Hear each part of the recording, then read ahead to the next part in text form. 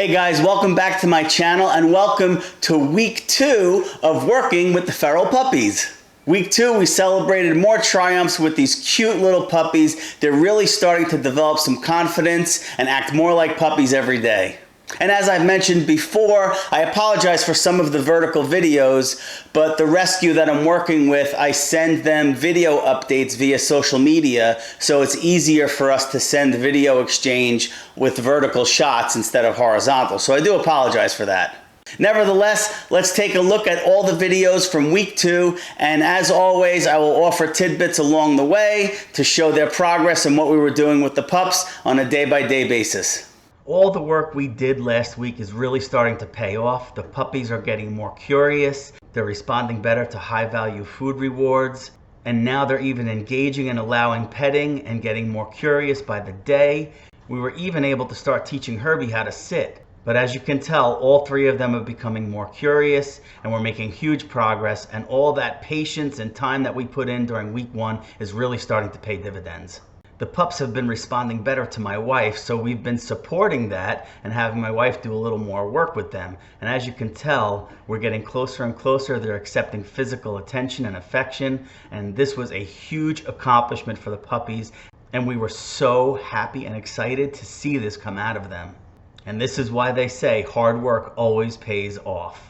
Although we've been using high-value food rewards for the majority of the work we've been doing with them, here my wife is working with Herbie with no food at all and trying to get him to sit and give paw just for physical affection and praise. And again, this was another huge accomplishment for Herbie, and we were so happy to be able to witness this transformation right before our eyes. After a couple of days of my wife making such wonderful progress with the puppies, of course it was my turn to get in on the action, and the puppies responded really well. Herbie obviously is the more confident one at this point, and he came to me first, but Henry was right behind, and Callie, although the most apprehensive, eventually started coming out and showing some serious interest in me and curiosity, and honestly I was just ecstatic. And Herbie even sat for me, even though I had to use treats. But that's why high-value food rewards are so effective, especially when working with pups like this, who they have issues being around humans. If food is the reason they come close to me, I'm okay with that because that's how they're going to develop trust. And before long, I was even engaging in some physical touching and affection, and they seemed to really enjoy it. And I was even able to get Callie to take a treat right out of my hand while I was in close proximity to her. This was so monumental in their progress, and I couldn't be happier.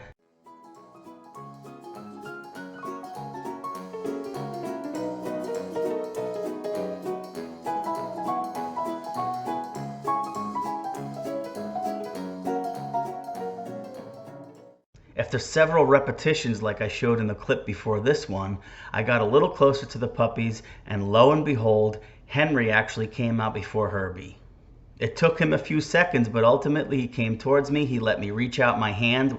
He didn't back away, and he ultimately took the treat right out of my hand, and he didn't run back in. He showed genuine curiosity. And then, of course, Herbie the bully came out and had to get some of the action.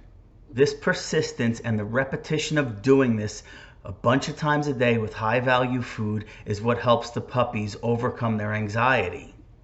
I say it in all of my videos, repetition creates reliability, and that works both ways with good and bad behaviors. If we allow them to keep running back into their cages, that is going to be a reliable behavior for them. So we have to work with them when they're hungry with high-value food, lots of repetition, get them coming to us for their high-value food rewards. That helps them develop trust. It helps them overcome their anxiety, because in this case, hunger trumps anxiety. And technically we're using that against them, but that's okay. I don't care if I have to use food. This is what we have to do to help them overcome. And I'm doing this a long time. I know with every fiber of my being that repetition creates reliability, persistence, and patience always pays off. There'll be peaks and valleys, but we just have to stick with it, be persistent, be patient, kind, loving, and use yummy treats. This clip was just simply amazing. We were ecstatic. This was the morning, I want to say it was like the 5th or 6th morning of week 2, and my wife let them out of their crates so they can go to the bathroom, and this is how they greeted her. We were both ecstatic, and this was huge for the puppies. Look at Callie, yay! Yes! Yes! Oh my God, yes!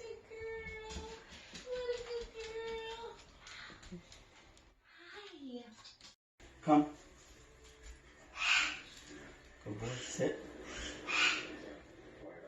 Good, sit. Good boy, down. Good boy. Good job. Way to go, buddy. Yeah, Herb. Come on. Sit. Good boy. Down. Good boy. Good job. Way to go, buddy. Yay! Since we made such huge strides with them, it was time for them to start exploring the house a little more and develop a little more confidence in the environment. Confidence isn't just about interacting with people or social situations, it's also about confidence in the environment. Just like we did during week 1, coaxing them to come out of their crate, to get in closer proximity to us, to explore their little kitchen nook area. We had to do the same thing, and we opened the gate to allow them into the main part of the kitchen so they can explore a little bit and develop a little more confidence. And the same rules apply. We allow them to come out on their own. They'll retreat back if they feel a little anxious, and then they'll explore out a little further. And each time they explore a little further, we give them food rewards. Before long, they're taking treats right out of our hands. They'll run back into their little kitchen nook from time to time, but then they'll come back out into the main kitchen, taking treats from my wife. This is how we help them develop, regular puppy confidence. This isn't just about feral puppy stuff. We're also trying to help them develop as puppies normally would. Like I mentioned, during week 1, they come out a little, they run back to the quote-unquote den, come back out a little further, run back to the den, etc. And they're developing their confidence and trust in us at their own individual paces, and we have to support that. And it's working because all 3 of them are responding now. Obviously, they're responding a little differently, but they're all responding and making progress every single day, every single exercise, every single time we interact with them. Good boy. Of course, Herbie was the one that got over his fear of exploring the environment before the other 2. And like we did last week during week 1's exercises with the Kong, we're using his interest in toys to help him overcome his anxiety. And here we caught him playing with one of our dog's toys, so we used that to help him overcome his anxiety. And you can see he's barking, he's exhibiting a little frustration because that toy is right next to me and he's too apprehensive to come get the toy.